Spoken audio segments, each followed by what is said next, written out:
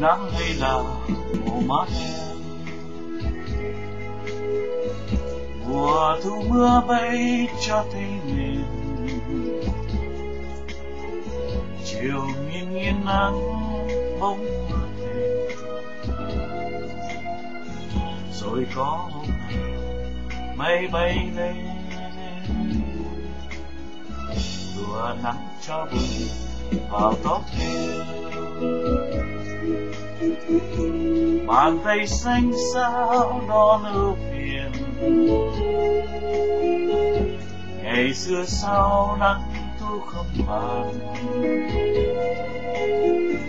mà nắng chưa vào trong mắt em qua công viên bước chân thăm thẳm, ngoài kia gió mây về ngàn, rồi cây chợt lên màu nắng. Em qua công viên mắt em đen tròn, không ánh nắng tình vàng, chợt hôn lên mênh mang. Chiều đã đi vào vườn mắt em, mùa thu qua thấy đã bao lần, ngàn cây thắp nến lên hai lần, và nắng đi vào trong mắt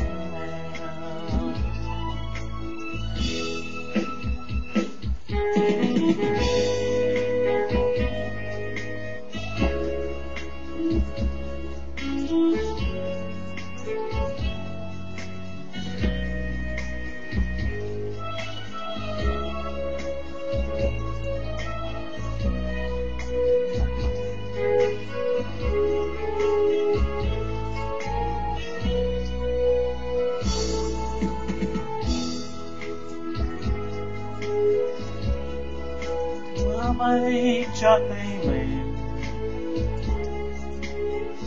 chiều nghiêng nghiêng bóng nắng muôn về, rồi có hôm nào mây bay lên mùa nắng cho buồn vào tóc em. Bàn tay xanh sao nó ưu phiền, ngày xưa sao lá thu không còn, mà nắng chưa vào trong mắt em. Em qua công viên bước chân âm thầm, ngoài kia gió mây về ngàn, cỏ cây chợt lên màu nắng. Em qua công viên mắt em ngây tròn, lung linh nắng tình màn, chợt hồn buông lên mênh mang. Chiều đã đi vào vườn mát em, mùa thu qua thấy đã bao lần, ngàn cây thắp nến lên hai hàng, màu nắng bây giờ trong mắt